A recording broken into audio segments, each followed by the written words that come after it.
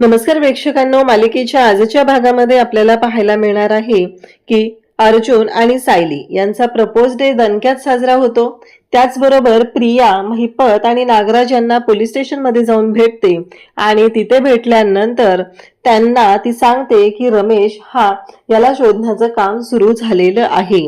त्यासोबतच नागराजने तिला एक गोष्ट सांगितलेली असते, ती म्हणजेच अस्मिताचा नवरा सचिन आहे हे सत्य जाऊन या साक्षीला सांगायचं आणि साक्षीचा जो काही थैथयाट होणार आहे त्यावरून ते पुढच्या गोष्टी ठरवणार असतात। हे सगळं कशा पद्धतीने होणार आहे ते आपण आपल्या आजच्या या व्हिडिओमध्ये पाहणार आहोत। त्यासाठी हा व्हिडिओ शेवटपर्यंत पहा। त्याचबरोबर चॅनलवरती नवीन असाल तर चॅनलला नक्की सबस्क्राइब करा। इकडे अर्जुन सकाळी उठून आता किचनमध्ये आलेला असतो। त्यासोबतच किचनमध्ये आल्यानंतर अर्जुनची जोरदार अशी तयारी चाललेली असते। अर्जुन म्हणतो, काय बनवू आज? कालच्या इडल्या तर चिकटच झाल्या होत्या, मग आज काय करू हा विचार अर्जुनच्या डोक्यात सुरू झालेला असतो। आणि अर्जुन म्हणत असतो की मला कळतच नाहीये की कशा पद्धतीने ह्या गोष्टी करू। त्यावेळेसच दूधवाला तिथे आलेला असतो। अर्जुनने पोहे भिजवलेले असतात, फोडणीत कांदा मिरची टाकलेली असते। दूधवाला येतो, मग अर्जुन दुधासाठी पातेले घेऊन जातो।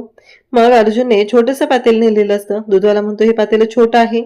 मग अर्जुनला दुसरं पातेलं आणायला सांगतो। अर्जुन दुसरं खूप मोठं पातेलं घेऊन जातो। तेव्हा दूधवाला म्हणतो की अख्ख्या पनवेलसाठी दूध घ्यायचंय का? त्याच्यापेक्षा थोडं छोटं पातेलं घेऊन या। मग अर्जुन आणखी एक दुसरं पातेलं घेऊन जातो। खरं तर दूधवाल्याने एवढं अति करायची काहीच गरज नाहीये, जे आहे त्यामध्ये त्यांना द्यायला काहीच हरकत नाहीये। परंतु अचानक तो हे सगळं बोलत असतो आणि अर्जुन मग दुसरं भांडं घेऊन जातो। आणि मग मात्र अर्जुनला इकडे दूधवाला म्हणत असतो की भाभीला हे सगळं व्यवस्थित जमतं, तुम्हाला काही जमत नाहीये हे सगळं। तेव्हा मात्र अर्जुन म्हणतो की बाद झालं, तुम्हाला काय करायचंय? तुमचं काम आहे ते तुम्ही काम करा आणि जा इथून। कारण अर्जुनचं असं म्हणणं आहे की त्यांनी एवढं बोलायची काही गरज नाहीये। त्यांचं म्हणणं जे आहे त्याच पद्धतीने ह्या सगळ्या गोष्टी झाल्या पाहिजेत असं अर्जुनला वाटत असतं। आणि त्यासोबतच इकडे आपल्याला पाहायला मिळतं की दूधवाला मग अर्जुन म्हणतो, वास कसला तरी येतोय। तेव्हा दूधवाला अर्जुनला सांगू लागतो की तुम्ही गॅसवरती काही ठेवलंय का? अर्जुनच्या लक्षात येतं त्याने गॅसवरती फोडणी टाकलेली असते, त्याच्यामध्ये कांदा मिरची टाकलेली असते पोह्यांसाठी, आणि ते सगळं गॅसवरती ठेवलेलं असतं। आता मात्र अर्जुनला धक्का बसतो, म्हणजे ते सगळं करपलेलं आहे, आपली सगळी मेहनत वाया गेली हे लक्षात आलेलं असतं। तेव्हा मात्र अर्जुन म्हणत असतो की हे सगळं काय घडतंय? तेवढ्यात पेपरवाला येतो। मग अर्जुन पेपर घेतो आणि तो म्हणतो की बिल। आता अर्जुनला पेपरवाल्याने बिल मागितलेलं आहे। अर्जुन म्हणतो की हे पैसे घ्या आणि जा, कारण बिल वगैरे काही जमणार नाहीये मला आता करायला विचार, असं अर्जुनने स्पष्टच सांगितलेलं असतं। तेव्हा मात्र इकडे पाहायला मिळतं की तो बिलवाला पेपरवाला म्हणतो की काय चाललंय तुमचं हे? अर्जुन म्हणतो, तुम्हाला काय करायचंय? जा बरं तुम्ही पटकन इथून, असं अर्जुनने स्पष्टच सांगितलेलं असतं। आणि तेव्हा मात्र तो पेपरवाला तिथून निघून जातो। त्यानंतर गोष्टी अशा पद्धतीने घडू लागलेल्या असतात की ज्याचा विचारही कोणी केलेला नसतो, कारण इकडे सगळं काही ते खूपच भयानक पद्धतीने चाललेलं असतं। त्यावेळेस अर्जुन म्हणतो, आज प्रपोज डे, चला बायकोला काहीतरी छान असा प्रपोजचा प्लॅन केला पाहिजे, असं म्हणत अर्जुन तिला मेसेज करायला लागलेला असतो। आणि पुन्हा तो म्हणतो की नाही, नको मेसेज करायला, डिलीट असं म्हणत अर्जुनने तो मेसेज डिलीट केलेला आहे। आणि त्यासोबतच अर्जुनने या सगळ्या गोष्टी आपण सरप्राईज प्लॅन करूया असा विचार केलेला असतो। त्यानंतर इकडे अर्जुन विचार करत बसलाय की हे सगळं काय आहे आणि या सगळ्या गोष्टी मी अशा पद्धतीने का करतोय, हा एकच प्रश्न अर्जुनच्या पुढे असतो। इकडे साक्षी आणि सचिन दोघंही बसलेले असतात।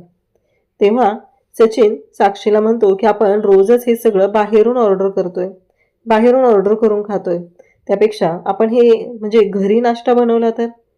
तेव्हा मात्र साक्षी म्हणत असते की तू काय समजलंस रे मला? मी तुला सांगितलंय ना, मला हे जमणार नाही, घरातली कामं करायला मला आवडत नाही, त्याच्यामुळं ही कामं मी करणार नाही, असं इकडे साक्षी त्याला स्पष्ट सांगत असते। तेव्हा तो म्हणत असतो, कसं आहे, आपण रिलेशनमध्ये आहोत, लिगली रिलेशनमध्ये अडकणारच आहोत, मग हे सगळं काय आहे? त्यापेक्षा आत्तापासूनच जर ह्या सगळ्या गोष्टींची सुरुवात झाली तर आपल्याला खूप बरं पडेल, असं सांगत असते। तेव्हा मात्र इकडे साक्षी म्हणते, काय तू काय केलं सांग ना माझ्यासाठी?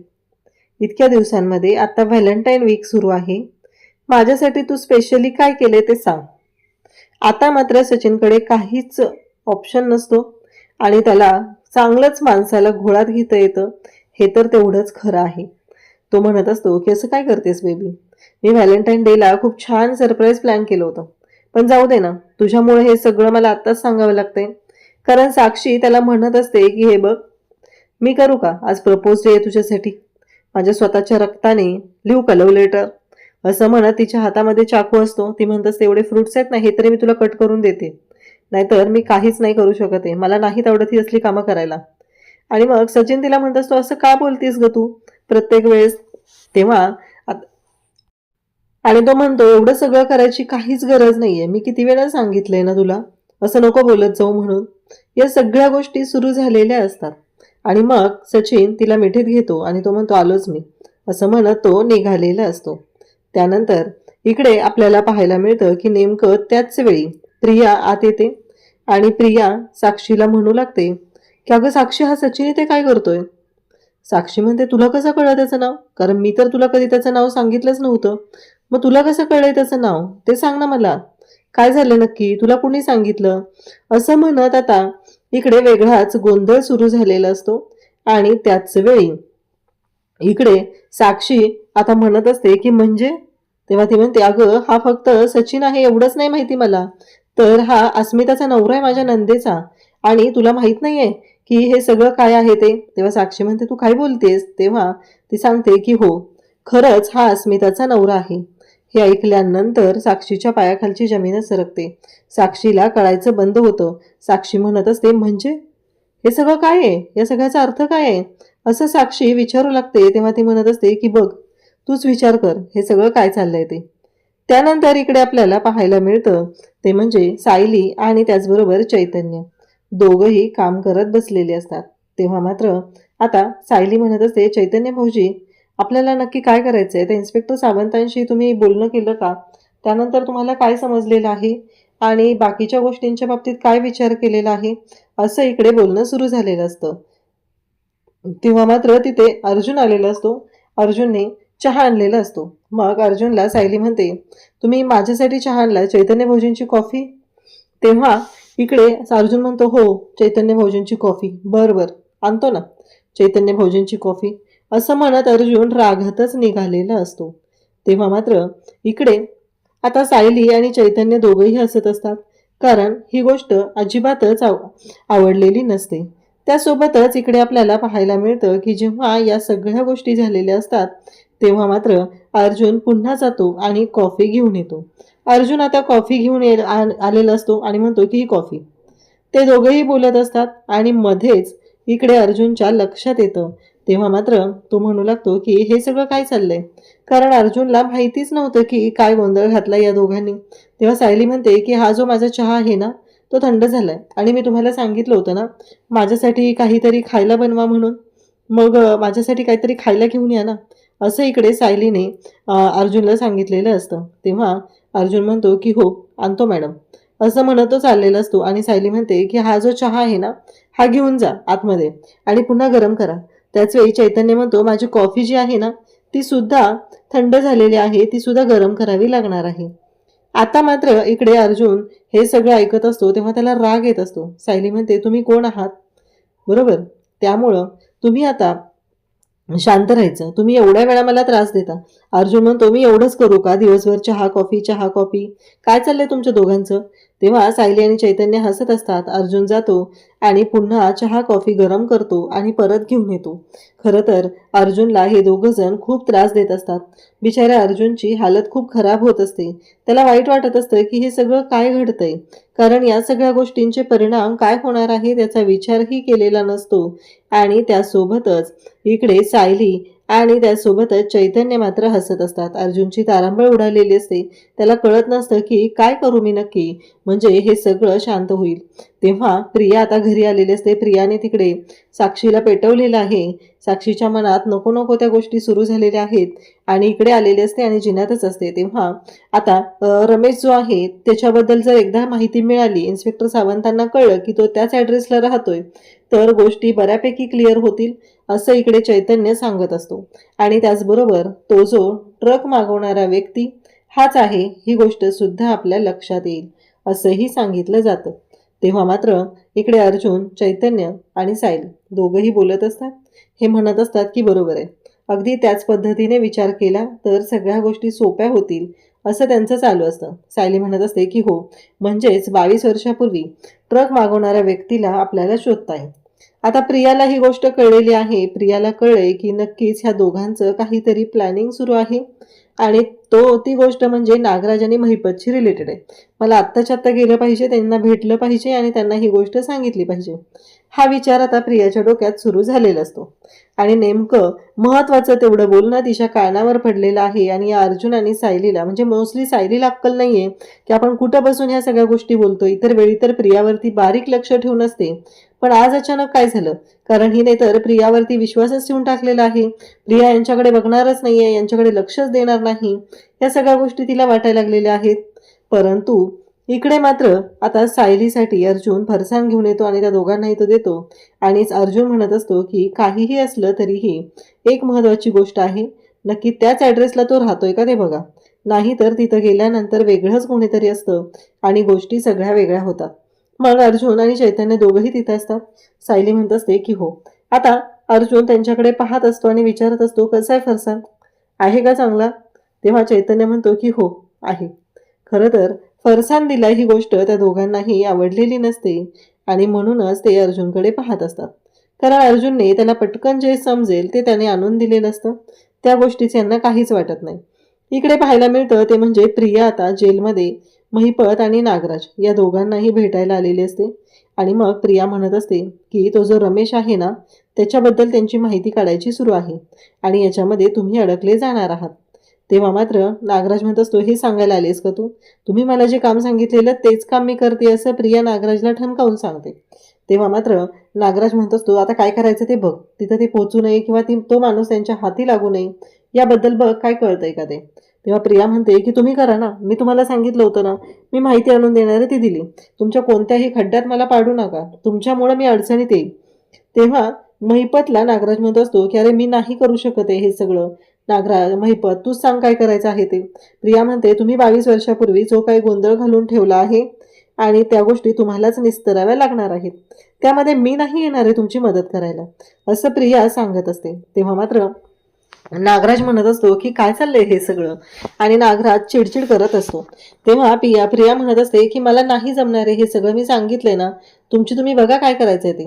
तेव्हा नागराज म्हणतो तूच सांगितलं ना मला मदत करणार आहे, माझी साथ सोडणार नाही, आणि हे सगळं काय चाललंय तुझं?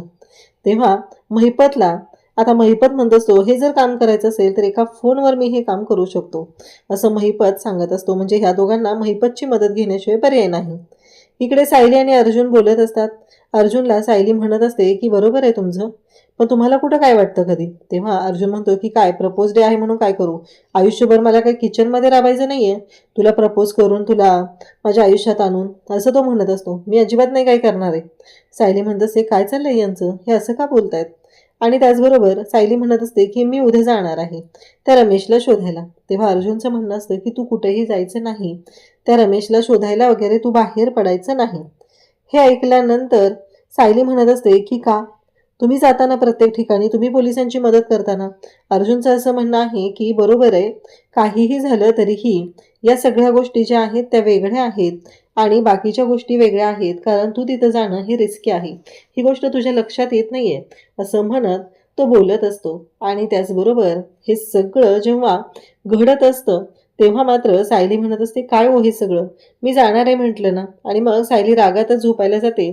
आणि त्याचबरोबर हे सगळं जेव्हा चालू आहे तेव्हा मात्र सायली उशीच्या जवळ जाते आणि तिथे असलेला एक बॉक्स आणि लेटर घेते आणि अर्जुनला म्हणते काय आहे हे? तेव्हा अर्जुन म्हणतो हो, तुझ्यासाठी सरप्राईज आहे असं अर्जुन सांगू लागतो.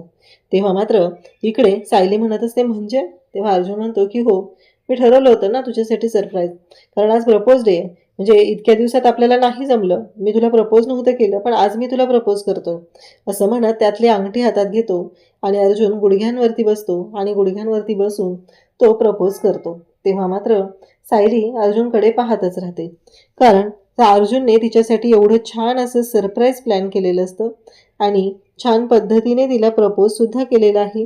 त्यामुळं सायलीला खूप छान वाटत असतं. आणि मग सायली खुश झालेली असते. त्यानंतर इकडेच अर्जुनने सायलीसाठी एक मराठीमध्ये लव्ह लेटर सुद्धा लिहिलेलं आहे आणि ते लव्ह लेटर पाहून तर सायली पाहतच राहते, कारण अर्जुनने त्याच्या मनातल्या भावना ह्या व्यक्त केलेल्या असतात. एवढं सगळं अर्जुन घर सांभाळून, घरातली सगळी कामं सांभाळून, ज्याला त्या कामाचा कसलाच एक्सपिरियन्स नाही, ती सगळी कामं सांभाळून एवढं सगळं सायलीसाठी करत असतो. त्यासोबतच अर्जुनने दिलेलं लेटर पाहून सायली सुद्धा खुश झालेली असते. दुसऱ्या दिवशी सकाळी पुन्हा ड्युटी सुरू होते अर्जुनची किचनमध्ये. अर्जुन कामाला लागलेला असतो, सगळेजण तिथे असतात आणि मग मात्र अस्मिता म्हणते की अर्जुन आज चॉकलेट डे आहे. अर्जुन म्हणतो मग मी माझ्या बायकोसाठी छान असं चॉकलेट ऑर्डर करणार आहे. त्यावरती अस्मिता म्हणते की काही उपयोग नाहीये, मला असं वाटतं की तू तुझ्या हाताने चॉकलेट बनवायला पाहिजे तिच्यासाठी. तेव्हा अर्जुन म्हणतो चालेल, बनवेल मी माझ्या हाताने तिच्यासाठी चॉकलेट, असं सुद्धा अर्जुन सांगू लागतो. तेव्हा मात्र इकडे सायली आता SK इंडस्ट्रीजच्या साईटवर पोहोचलेली आहे आणि तिथे ती पाहत असते मोबाईलमध्ये आणि तेव्हा तिला साईट मॅनेजर म्हणून असलेला रमेश दिसतो आणि तिला धक्का बसतो, कारण तो रमेश हाच त्यावेळचा 22 वर्षापूर्वीचा ट्रक देणारा रमेश आहे हे लक्षात आलेलं असतं. अशाच अपडेटसाठी चॅनलशी कनेक्ट राहा. थँक्यू.